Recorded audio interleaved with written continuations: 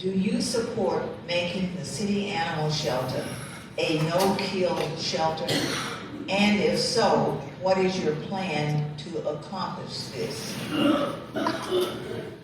Thank you for the question. I think while we all love animals and pragmatically, there are challenges to a no-kill shelter that are hard. So in talking to people in the animal care community, generally something on the order of more in the low 90s live release rate is more suitable both ethically and morally. To sometimes you unfortunately have to euthanize an animal for, as just the most merciful thing to do.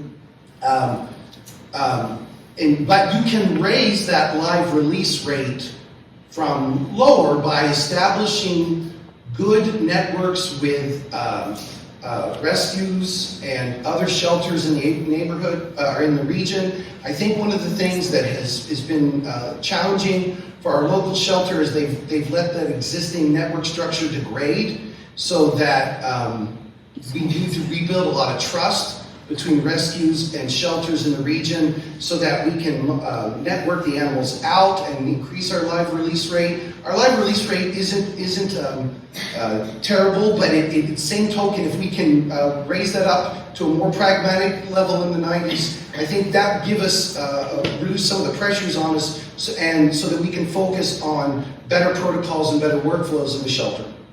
Ms. Ellis. Thank you. I sure would love to have that conversation. I have 3 rescue animals at home. I lost my fourth a couple of years ago, and they were all adopted from a no-kill shelter. I understand that as a city, we may not be able to afford to do that, but I sure would love to have the conversation to see if we can partner with other people, other shelters, rescue organizations, as Brian said, to make that more a reality. For me, I would love every shelter to be a no-kill shelter. Realistically, I don't know if we can accomplish that here in our city, but I sure would be up for the conversation. Ms. Rumohr. I also have a rescue puppy. She's adorable. I love her so much. But you know, I would support the concept of no-kill shelter. But as with many things, you know, when you have that initial opinion, you learn some of the details about the challenges of having a hard line like that. So as Brian said, you know, sometimes an animal, it's maybe better to put them down, right?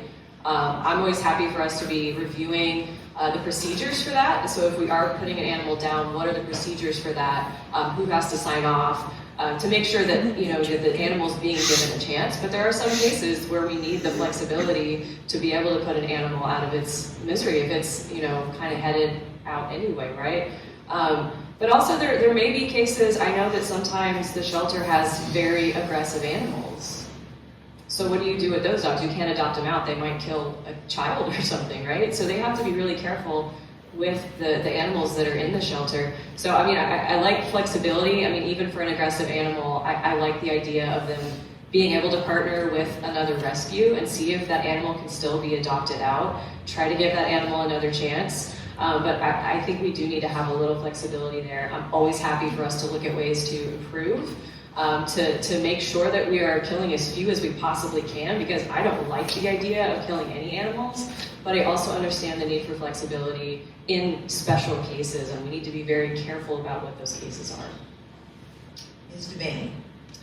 So the case with the dog Gunner, which kind of made headlines and caused the audit of the animal shelter and various reforms of the animal shelter, brought home to all of us how important animals and pets are to people.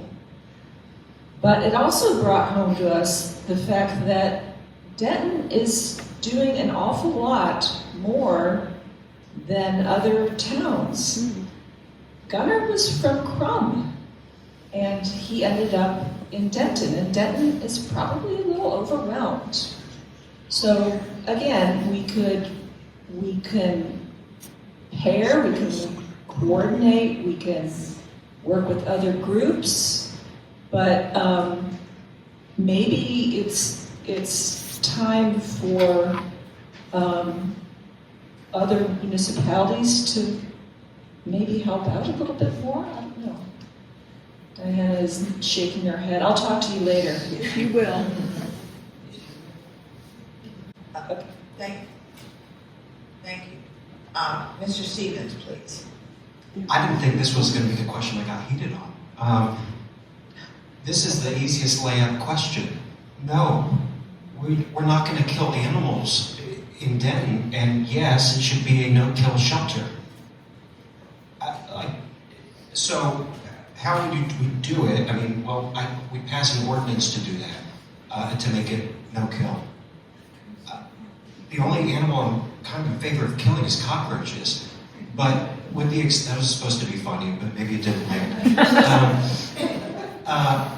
But I want to just pivot to just talk about my leadership style a little bit. So I have a bottom-up approach, right? I don't know everything.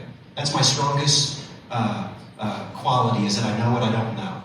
And that's why Diana Leggett, who's here tonight, is my campaign manager. She's just not amazing at being a campaign manager. This is what she does full time. She protects animals. I mean, this woman sees 1,000 rabbits a year and saves their lives. And so she's the person I'm going to go to tell me how to do it, and then that's how we're going to get it done.